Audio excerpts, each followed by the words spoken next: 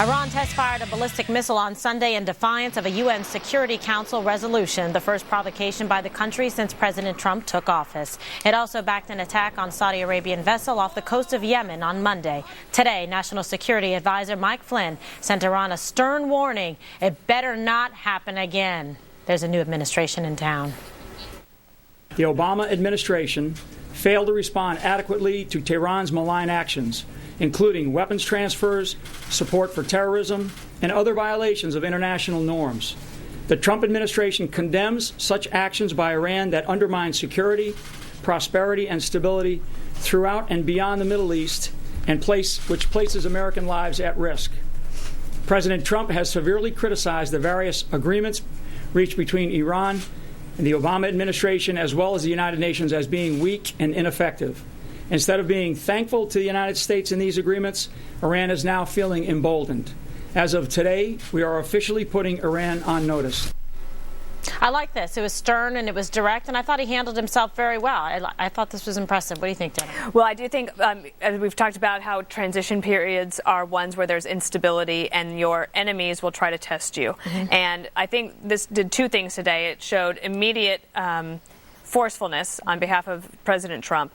And it also helps shore up our allies, because the Saudis in particular have been very frustrated with the American foreign policy posture, especially when it came to Iran, because they felt like they were cut out of the conversation and that they were put at risk. And I think this was an attempt to reset that relationship with the Saudis. Okay. All right, Eric, so a strong message being sent, and now what shall follow? Any questions? I mean, they were pretty stern. You're on notice, Iran. I mean, look, President Obama, the peacenik that he was, never saw the evil underbelly of the Iranian regime. They never wanted to have nukes for peaceful reasons. I mean, they're sitting on top of something like 4 trillion barrels of oil. If they really wanted cheap energy, they would do it that route. This was obviously for a nuclear weapon. Mm-hmm. Here's the problem, though. We all knew it. Even if you agreed with President Obama, turning over that $150 billion immediately was the biggest mistake we've ever made in our lives. Huge. We could have just, over a course of time, you check the box, we're not going to test the missile, fine, we'll send you a few more bucks. You don't, enhance your centrifuges, we'll send you more money, but play it out over a course of time instead of sending them all the money at once. It was insane. We lost that bargaining chip, but I love the idea of slapping new sanctions on Iran. There's always that possibility. Yes, Juan. So what did you think of the messaging today?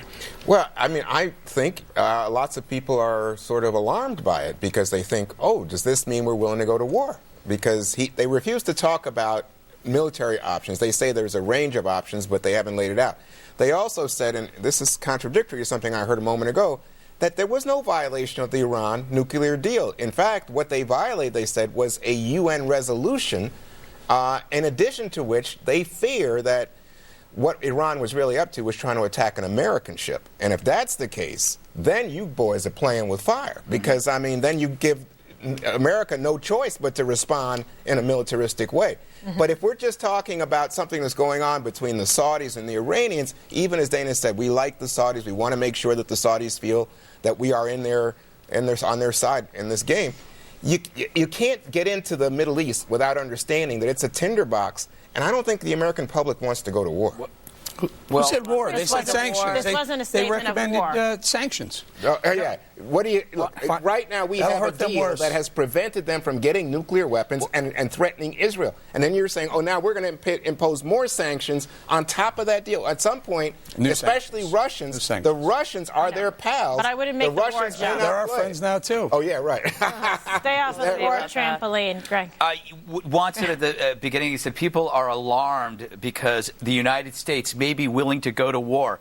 That's the point. The point is the world should sense that America is willing to go to war, because if you sense that they're willing to go to war, then you won't go to war. That's the whole point. You don't mess with somebody who's going to do something. Again, you sense that right now, 2017, you are dealing with adults. You have a sneaky sneaking feeling that when Flynn draws a red line or puts you on notice, the next thing you hear is your own eulogy. Yeah. You know, and I call it. I call it old school bursting and then death. Yeah, I call it old school hair theory. When people have old school hair, you don't mess with them. He's from another era. There's no safe spaces in Flynn's world. I thought his hair looked. There's no. I thought his hair looked fantastic. No, that's what I'm saying. I'm saying it's old school hair. I love people with old school hair, they don't mess around, and you don't mess with them. I would like you far better if you had old school hair. I'm getting there. I know. I can see it. Yes. It's coming. It's coming.